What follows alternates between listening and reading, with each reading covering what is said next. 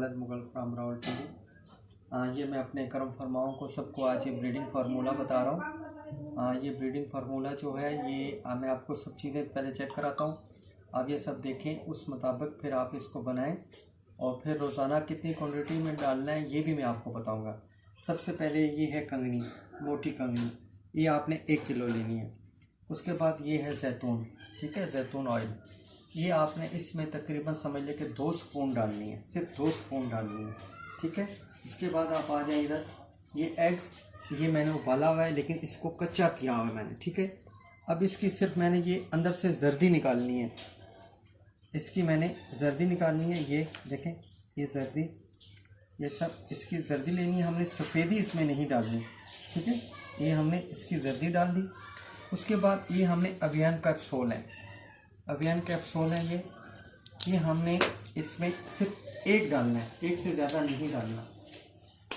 ये हमने सिर्फ इसमें 1 डालना है। ये आप इसको कैंची के साथ काट लें। ये देखें इसका ऑयल, इसका गूदा हमने निकाला है बीच में से, ये हमने इसके बीच में डाल देना है।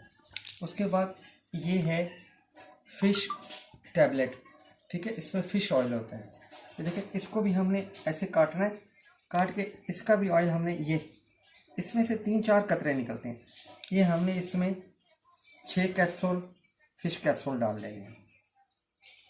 ये बहुत छोटे छोटे होते हैं, इतने बड़े नहीं होते। ये इसके दाने हैं,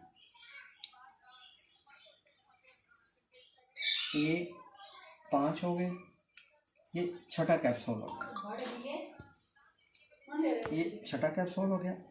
अब हमने इसको क्या करना है, हाथों के साथ इसको मिक्स करना है।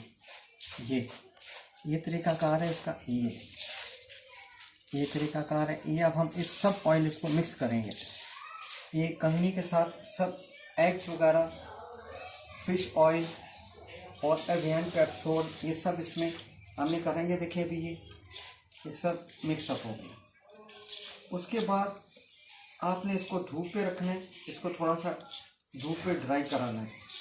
ड्राई करने के बाद हर दिन, हर रोज़ाना हर बर्ड्स को इतना डालना है, बस इससे ज़्यादा नहीं डालना। ये आपने सिर्फ 15 दिन तक देना है, 15 दिन तक आपने देना है। तो उसके बाद फिर इंशाल्लाह आपके जो भी बर्ड्स कोई हैं वो ब्रीड की तरफ नहीं जाते तो